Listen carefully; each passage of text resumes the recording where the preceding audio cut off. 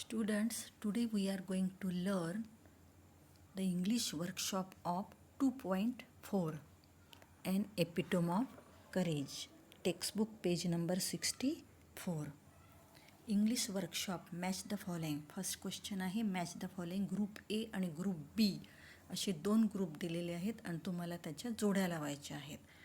ए ग्रुपमध्ये आहे गॅलिलिओ, दुसरं doctor Stephen Hawking, third black holes आणि चौथं स्टीफन्स फेवरेट सब्जेक्ट्स. ग्रुप बीमध्ये दिलं आहे the concept which help Stephen to get his PhD. PhDसाठी स्टीफन यांनी जी संकल्पना घेतली होती, कॉन्सेप्ट की ज्याची त्यांना मदत झाली, ते दिलेलं आहे पॉईंट. ग्रुप बीमध्ये दुसरं दिलं आहे म्युझिक आणि मॅथमॅटिक्स, हे त्यांचे आवडते विषय होते.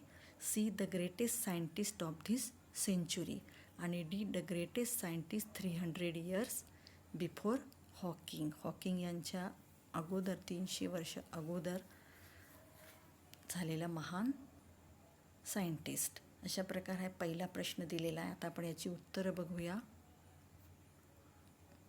Answer Galileo. गॅलिलिओची जोडी येणार the greatest scientist 300 years before Hawking.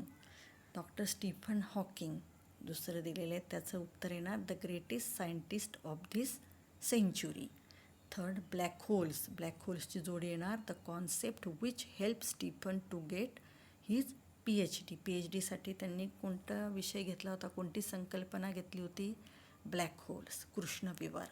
चौथं स्टीफन्स फेवरेट सब्जेक्ट कोणते होते? म्युझिक आणि मॅथमॅटिक्स. अशा प्रकारे समोरासमोर जोड्या या लावायच्या आहेत. बाण दाखवायचे नाहीत किंवा त्याचे क्रमांकसुद्धा लिहायचे नाहीत. ग्रुप ए लिहून घ्यायचं आहे आणि त्याच्यासमोर त्याची उत्तरं लिहायची आहेत. दुसरा क्वेश्चन आहे complete the following web chart containing the qualities of doctor Stephen Hawking. Web chart दिलेला आहे बघा. वेब चार्टमध्ये मध्यभागी चौकोनात विषय दिला आहे qualities of doctor Stephen Hawking. Doctor Stephen Hawking यांच्या क्वालिटीज म्हणजे गुण. एक गुण दिला आहे करेजस, म्हणजे ते साहसी होते, धैर्यशील होते. आता बाकीचे पॉईंट्स आपल्याला धड्यातून शोधायचे आहेत किंवा पॅसेज आला तर पॅसेजमधून ते शोधून तुम्हाला लिहायचे आहेत. त्या प्रसंगावरून तुम्हाला ते क्वालिटीज लिहावे लागते. खाली उत्तरं दिलेत बघा. डेटरमाइन. कोणत्या पण बॉक्समध्ये तुम्ही लिहू शकतात. उत्तरं तुम्हाला स्वतः शोधायची आहेत. धड्यामधून आपल्याला दिसून येतं डेटरमाइन ते दृढनिश्चयी होते. नंतर दुसऱ्या बॉक्समध्ये टाकता येईल आपल्याला त्यांचा क्वालिटी डेडिकेटेड, त्यागी, समर्पित. थर्ड पॉईंट येणार हंबल, ते अतिशय सुशील, नम्र होते, विनम्र स्वभावाचे होते. फोर्थ सिम्पल, अतिशय साधं व्यक्तिमत्व होतं ते म्हणून सिम्पल. आणि फिफ्थ ऑप्टिमिस्टिक, म्हणजे आशावादी होते. हे सगळे क्वालिटीज म्हणजे ॲडजेक्टिव्ज, गुण आहेत म्हणून ते ॲडजेक्टिव्ज येणार आणि ते सगळे धड्यामधून आपण शोधून वेब चार्टमध्ये लिहायचे आहेत. थर्ड क्वेश्चन येणार arrange the following statements according to the occurrence in the life history of doctor Stephen Hawking. Doctor Stephen Hawking यांच्या जीवनामध्ये जशा जशा घटना घडल्या त्याची ती वाक्य दिली, ती वाक्य आपल्याला नीट अरेंज करायची आहेत धड्यामध्ये शोधून की कोणतं वाक्य अगोदर आहे, कुठली घटना अगोदर घडली, कुठली त्याच्यानंतर घडली, कुठली तिसऱ्या याला घडली, कुठली चौथ्याला. अशा प्रकारे क्रमाक्रमाने ते लावायचे आहेत. आणि या सेंटेन्स जे दिलेले आहेत A to H पर्यंत त्याच्यासमोर त्याची नंबर लिहायचे नाहीत. तर परीक्षेला तुम्ही पहिलं कोणतं आहे ते पहिलं वाक्य येणार, मग दुसरी कोणती घटना आहे ते दुसरं येणार. अशा प्रकारे क्रमाने ती लिहायचे आहेत. आता इथे तुम्हाला खाली 1 2 3 4 नंबर दिले 8 पर्यंत आणि तिथे तुम्ही उत्तरं म्हणून जागा दिले म्हणून तिथे ABCD मधलं कोणतं वाक्य अगोदर आहे ते लिहू शकतात. मात्र परीक्षेला तुम्ही हे प्रश्न न लिहिता डायरेक्ट क्रमाने उत्तरं लावायची आहेत. आता पहिलं वाक्य बघा. At the age of 17 Stephen notice that he fell down a couple of times for no reason. हे वाक्य पहिल्यांदा येईल का? नाही. तर पहिल्यांदा कोणतं येणार? आपण जर वाचलं तर लक्षात येईल की डी वाक्य जे आहे की त्यांचा जन्म झाला ते वाक्य आधी येणार. स्टीफन वॉज बॉर्न ऑन 8 जानेवारी 1942 and then grew up like an average child and a normal teenager. म्हणजे डी वाक्य आहे ते पहिलं येणार. आणि त्याच्यानंतर ए वाक्य येणार. At the age of 17 Stephen notice that he fell down a couple of times for no reason. हे दुसरं, हे ए वाक्य आहे ते दुसरं येणार. त्याच्यानंतर जी वाक्य जे आहे ते तिसरं येणार. Stephen was diagnose with a rare disease ALS or LOU. Stephen यांना डायग्नोज म्हणजे निदान झालं की त्यांना रेअर डिसीज दुर्मिळ आजार ALS ऑर LOU झालेला आहे. तर हे जी वाक्य आहे ते तिसरं येणार. एफ वाक्य जे आहे Stephen decided to continue his doctoral research work with renew vigour. हे एफ वाक्य आहे ते चौथं येणार. आणि ई वाक्य आहे ते पाचवं येणार. The disease work its way into Stephen's body and left him disable. हे वाक्य पाचवं येणार. आणि एच वाक्य जे आहे ते सहावं येणार. Though confine to a wheelchair he work on computer and express his thoughts. हे वाक्य येणार 6व्या क्रमांकावर. आणि आता 7व्या क्रमांकावर आता राहिलेली 2 वाक्य बी आणि सी. तर बी वाक्य जे आहे ते 7व्या क्रमांकावर येणार.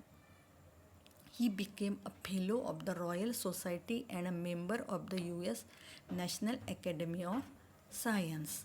आणि सगळ्यात शेवटी सी वाक्य येणार. He believe that in the next millennium science will discover the core secret of the universe. अशा प्रकारे क्रमाने वाक्य ही परीक्षेला लिहायचे. हे A2मध्ये पॅसेजमध्ये हा प्रश्न A2मध्ये 2 मार्काला तुम्हाला येऊ शकतो. 4th homographs. होमोग्राफ्स म्हणजे काय? Pair of word that are spell and pronounce the same but have different meaning in different context. बघा, होमोग्राफ्स म्हणजे असे 2 शब्द की ज्यांचं स्पेलिंग सारखं असतं आणि प्रोनाऊन्स म्हणजे उच्चार पण सारखे असतात. स्पेलिंग आणि उच्चार सारखे असतात मात्र त्याचा अर्थ वेगळा असतो. For example watch, observe. Watch WATCH, watch म्हणजे ऑब्झर्व निरीक्षण करणे, आणि WAT वॉच म्हणजे डिव्हाइस दॅट शोज टाईम, घड्याळ की जे आपल्याला वेळ दाखवतं. त्याच्यानंतर तुम्हाला ABCDE अशा प्रकारे दिलेले आहेत. कपल, माइंड, स्पेस, साऊंड आणि लेफ्ट. तर याचे पण तुम्हाला अशा प्रकारे वाक्य पण बनवायचे आणि अर्थ पण लिहायचा आहे. In your notebook make pairs of sentences with any 3 of the above homographs. Homographs म्हणजे आता लक्षात आलं का की स्पेलिंग आणि उच्चार, स्पेल आणि प्रोनाऊन सेम असतं मात्र त्याचं मिनिंग डिफरंट असतं. आपण बघूया आता. Couple. The bowler manage to take a couple of wickets. Couple म्हणजे 2 इथे अर्थ. बॉलरने 2 विकेट्स घेतल्या. दुसरं कपलचा अर्थ आहे जोडपं. The elderly couple was taking a walk in the park. आलं लक्षात? B mind. There were many thoughts in his mind before he left his house. Mind म्हणजे इथे अर्थ मन. आणि दुसरा mind, do you mind if I put on the fan. हरकतच नाही दुसऱ्या माइंडचा अर्थ. सी दिलेलं आहे space. Space, we shall make some space for our new table. Space म्हणजे इथे अर्थ जागा. आणि दुसरं, man is thinking of building a space station on the moon. Space म्हणजे इथे अंतराळ, अवकाश. D sound. The loud sound at midnight started everyone. Sound म्हणजे आवाज. आणि दुसरा sound, his idea of celebrating birthday in a different way sounds quite interesting. नंतर E left. Go straight and then turn left to reach the station. Left म्हणजे इथे left side. आणि दुसरा left, as soon as he completed his PhD he left for USA. Left म्हणजे निघणे, सोडणे. लिव्हचा past tense left.